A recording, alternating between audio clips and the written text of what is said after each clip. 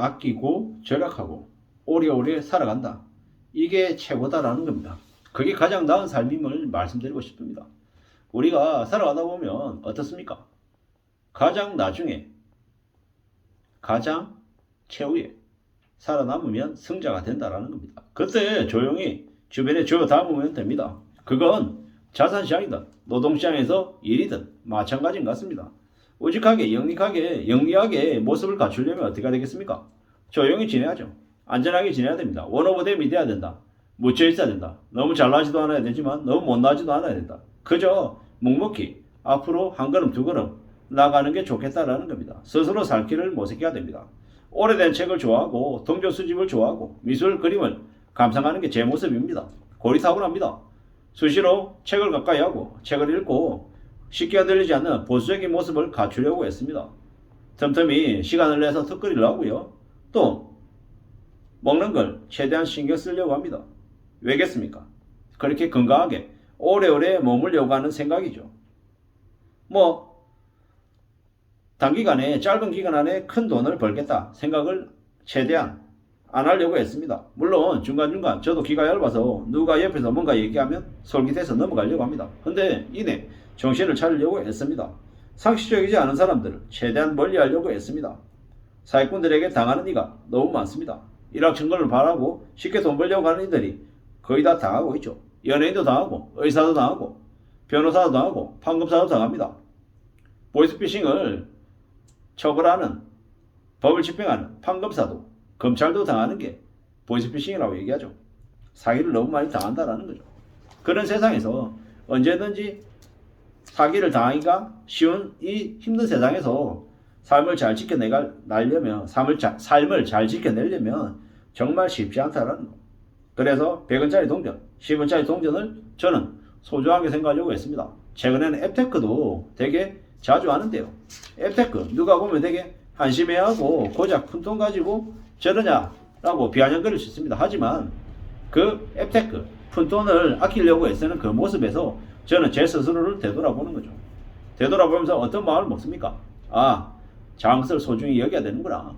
10원, 100원이 모여서 만원이 되고 10만원, 100만원, 1000만원 1억이 되는구나라는 생각을 하죠. 그거 구질구질하게 모아서 뭐 되려고 그러냐. 그거 얼마 안 된다. 그거 해본들 그게 네 인생에 큰 빅딜이 아니다. 좌지우지할 수 있는 뭔가가 아니다. 그러니 그런 구질구질한 거는 잊어라 라고 얘기합니다. 하지만 저는 좀 다르게 생각하는 거죠. 다르게. 뭐냐? 그런 것들을 갖춰 나갈 때 내 삶이 괜찮아지더라는 겁니다. 어떻게든 살아가려고 애쓰면 마법처럼 막다른 길에서 새로운 세상이 열린다고 합니다. 끝난 것 같아도 끝난 게 아니다라는 말씀을 드립니다. 인간은 죽을 때까지 버텨야 하는 운명이고 운명 앞에서 약자인 자기 자신의 처지를 고뇌하면서 꿋꿋하게 버텨내야 된다고 합니다. 제 인생이 제가 지금 살아가는 모습이 중간중간에 보면 많이 한심하고 답답하죠. 서글프기도 하고요. 뭘 추구하면서 살아야 될까? 어떤 모습을 지내야 될까? 내가 어때야 되나? 라는 고민들을 많이 하죠. 하지만 어떻습니까? 지나온 과거들, 그동안의 죄, 나쁜 모습들, 어리석은 행동들을 후회하지만 지금이라도 착실하게 지내야겠다. 감사하는 마음을 가져야겠다. 라는 생각을 합니다. 시간이 지날수록 제 자신을 좀 더 단단하게 만들어야죠. 잊지 않아야 됩니다. 간절해야 됩니다. 갖고 있는 것을 잘 유지하고 빼앗기지 않게끔, 날려먹지 않게끔 애써야 된다는 거죠. 비록 배가 고파서 밥을 굶는 한이 있어도 빚을 지지 않아야 된답니다. 그래야 삶을 지킬 수 있다고 하죠. 갚지 못할 돈을 이때까지 금융권들이 많은 이들에게 빌려줬습니다. 왜 빌려줬겠습니까? 노예로 삼기 위한 개수작이었습니다. 세상이 얼마나 무서운지 알아야 됩니다. 사는 게 절대 쉽지 않다는 겁니다.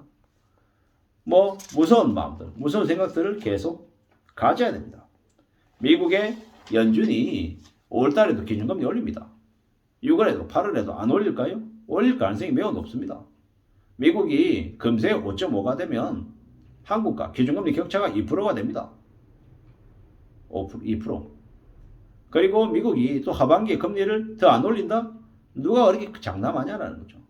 미국이 기준금리를 심한 경우에 6%, 6.5%, 혹은 그 이상도 만들 수 있다라고 생각하면 맞습니다. 그렇게 생각하고 지내야 됩니다. 그래야 이 미래를, 앞으로 다가올 현실을 대비할 수 있다는 거죠. 은행은 절대 손해보지 않죠. 은행은 돈을 빌려서, 돈을, 예금자들의 돈을 가지고 대출자들에게 빌려주는데 예대 마진이라는 걸 이용해서 차익을 보고 팝니다. 그리고 그네들이 힘들면 대출자들에게 가상금리를 먹이죠. 앞으로 계속 더 먹일 겁니다. 그래서 이미 대출 받은 사람들이 삶이 절대로 나아지지 않는다는 거죠. 물론 평생 그러지는 않겠지만, 평생 금리가 높은 상태로 가지는 않겠지만, 어느 시점이 되면 금리가 내려가겠지만, 앞으로 지난 몇 년 동안, 앞으로 다가올 몇 년 동안 고금리가 될 게 분명하다. 그렇기 때문에 그 높은 금리 때문에 허덕이고 힘들어하는 이들은 분명히 생길 수밖에 없다. 그들이 다 무너지고 망가지고 나면 다시 그때 금리를 내리지, 지금의 비투하고 연끌한 이들이 잘 먹고 잘 사는데 금리를 내리는 날은 안 온다라고 보면 맞겠다는 겁니다. 우리가 생각할 때 회사에서 그만두지 않고 악착같이 버티고 하는 사람들, 대부분 어떤 사람들입니까? 힘들고 어려운 경험들을 겪어왔던 이들입니다. 앞으로 많은 이들이 횡령을 하고 사기치고 뒤통치고 사람들 간의 관계에서 온갖 일들이 벌어진다고 하죠. 가족 내 살인도 있고 가족 내 범죄들도 더 늘어나고요. 이러한 현실을 우리는 잘 봐야 됩니다. 냉정하고 무섭고 두려워하면서 봐야 되는 거죠. 그래서 함부로 비치면 안 되는 거고, 삶을 어떻게 살아낼지 스스로 계속 되돌아보면서 고민하고 또 고민해야 됩니다. 아껴 써야 된다. 저축해야 된다. 삶을 잘 지켜야 된다. 라는 얘기가 되게 뻔하고 당연하고 지루한 얘기입니다. 근데 그걸 하는 게 쉽습니까? 어렵습니까? 매우 어렵습니다. 매우 어렵습니다. 참고 견딘다. 기다린다. 자신의 때를 맞이하려고 준비한다. 스스로를 다져나간다. 이게 말은 쉽지만 절대로 쉬운 모습이 아님을 말씀드립니다. 우리가 살아간 삶이 앞으로 더 힘들고 더 어렵고 더 막막할 거다 라고 보면 맞겠습니다. 사는 게 쉽냐고요? 안 쉽습니다. 어렵습니다. 나는 쉽고 남들은 다 어렵고 이런 일 없습니다. 나만 쉽게 돈 벌고 남들은 구질구질하게 산다? 아니요. 나만 구질구질하게 사는 거고 남들은 저보다 훨씬 더 잘 산다가 현실입니다. 그렇기 때문에 그러면 제가 다른 사람들 부러워하면서 인생 모험이다라고 하고 주식하고 코인하고 부동산 하면서 돈을 더 벌 궁리를 해야 되겠습니까? 아니면 배가 아프고 씁쓸해도 현재 제 자신의 상태를 되돌아보고 좀 더 조심하면서 살아야겠습니까?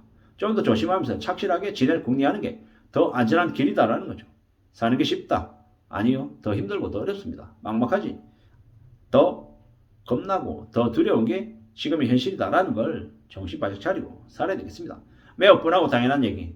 아끼고 저축하고 성실하게 살아야 된다. 그래서 자기 자리 지켜야 된다. 라는 것. 절대 쉬운 게 아님을 말씀드리면서 마실까 합니다. 감사합니다.